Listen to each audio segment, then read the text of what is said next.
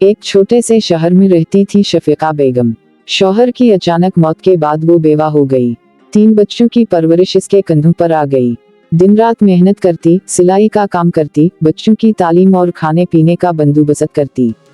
कभी शिकायत नहीं की, बस दुआएं मांगती रही कि अल्लाह इसके बच्चों को कामयाब करे। शफीका बेगम ने अपनी सारी खुशियां कुर्बान कर दी। अपने जेवर, अपने कपड़े, सब कुछ बेच दिया। खुद भूखे रही मगर बच्चों को कभी भूख नहीं लगी। वो जानती थी कि औलाद की खुशी ही इसकी जिंदगी है। वक्त गुजरा, बच्चे बड़े हुए। अहमद ने अच्छी नौकरी की, शादी की, अमीर हो गया। सारा भी शादीशुदा, खुशहाल। मगर इन्हीं मां की कुर्बानियां भूल गईं। बूढ़ी मुंह को बूढ़ी समझकर नजरअंदाज करने लगे। शफीका बेगम बूढ़ी और बीमार हो गई। रेहान उसकी खिदमत करता रहा। अहमद और सारा को खबर हुई मगर ना आए। मुमतन्हा, दिल टूटा हुआ, मगर फिर भी बच्चों के लिए दुआएं मांगती रही। एक दिन अहमद के घर मुसीबत आई। इसका बेटा शदीद बीमार। डॉक्टर ने कहा, जो बूढ़ों के साथ करोगे वही तुम्हारे साथ होगा।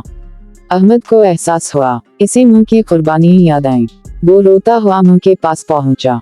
अहमद रोते हुए, अम्मी माफ कर दो, हमने तुम्हें भला दिया। तुमने हमारे लिए सब कुछ कुर्बान किया और हमने तुम्हें तन्हा छोड़ दिया। सारा, अम्मी हमें बख्श दो, हम गलत थे। शफीका आंसू में, बेटा हम दिल से माफ कर देती है। बस तुम सब ठीक हो, बस यही काफी है।